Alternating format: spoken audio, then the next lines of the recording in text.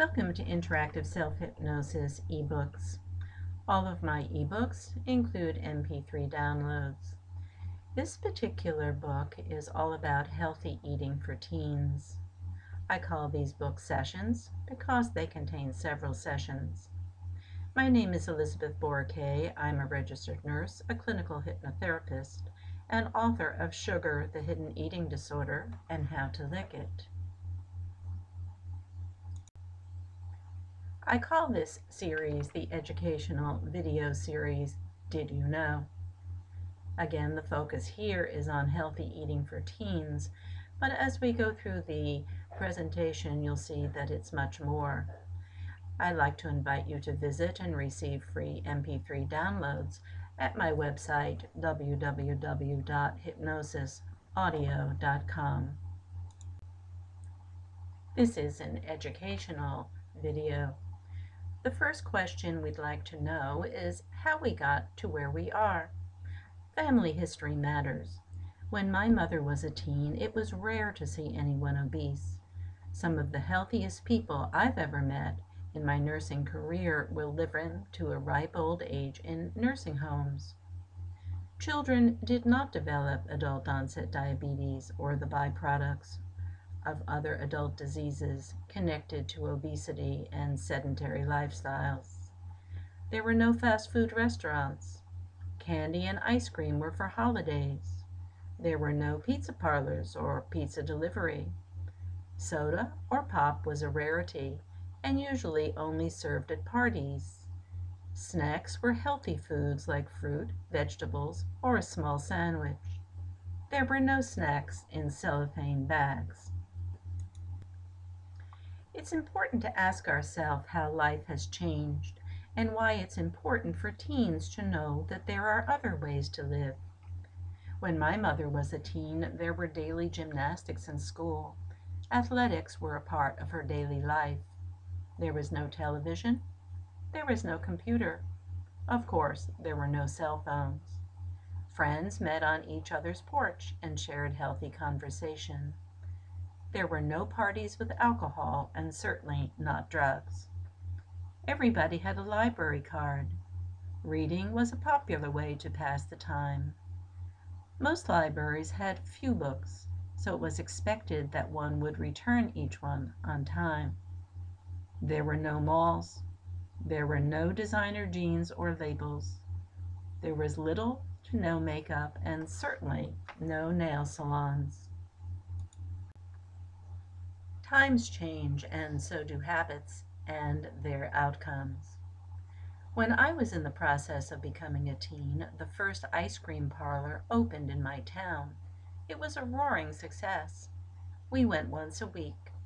No one had big freezers, so ice cream was never brought home in gallon containers. I couldn't even imagine such a luxury.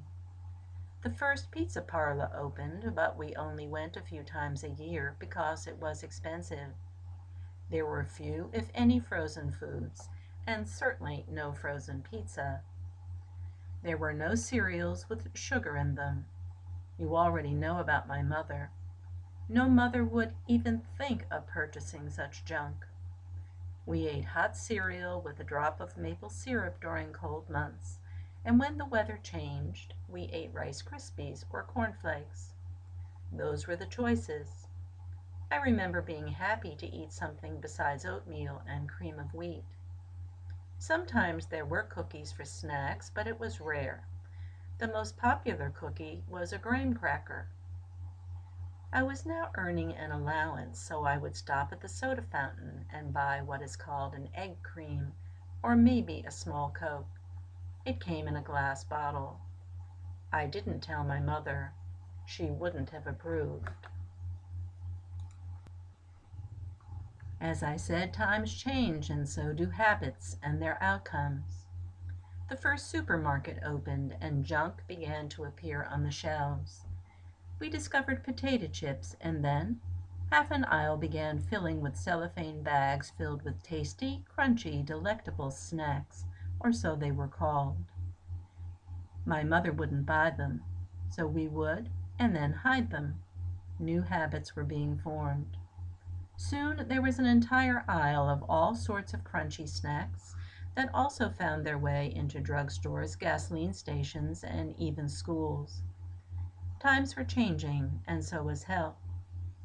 Soda machines began appearing in movie theaters, then in schools. Next, big gulps were introduced to go along with the giant popcorn covered in yellow chemicals, but we all ate it anyway, right down to the last kernel. Candy bars were placed next to the cash register in every store, even if the store had nothing to do with food.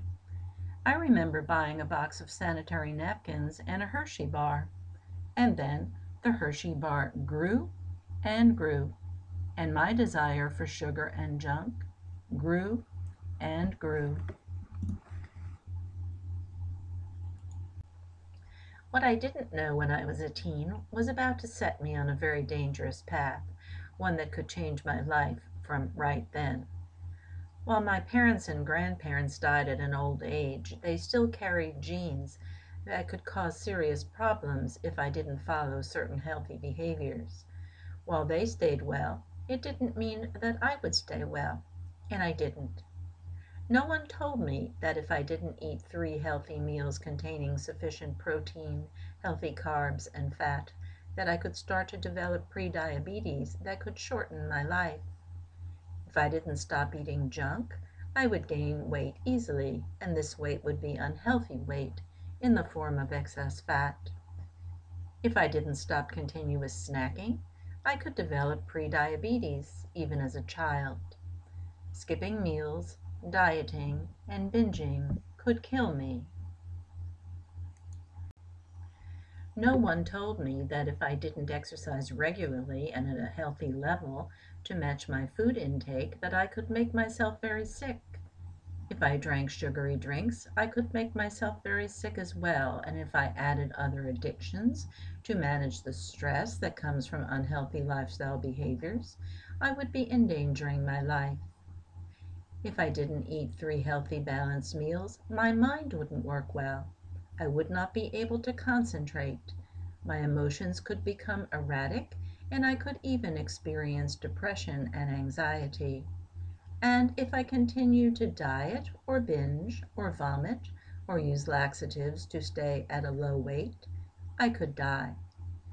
The organs in my body needed high-level nutrition in order to function and mature, so I could live a long and healthy life. That how I cared for myself would have a great impact on every part of my existence. What I did today would stay with me forever. No one told me. And no one told me how valuable I was, how talented I was, how much I had to offer to the world, and that I was responsible for my choices and for my life. I had a wonderful opportunity to stay at a high level of physical, mental, and emotional health with all the benefits. Wow. I didn't know these things. I wish I did. I wrote Healthy Eating for Teens so that teens would know. It is downloadable now, and it is a great gift for someone you love, one that can change their life forever. Please visit and receive free MP3 downloads each month at the site above.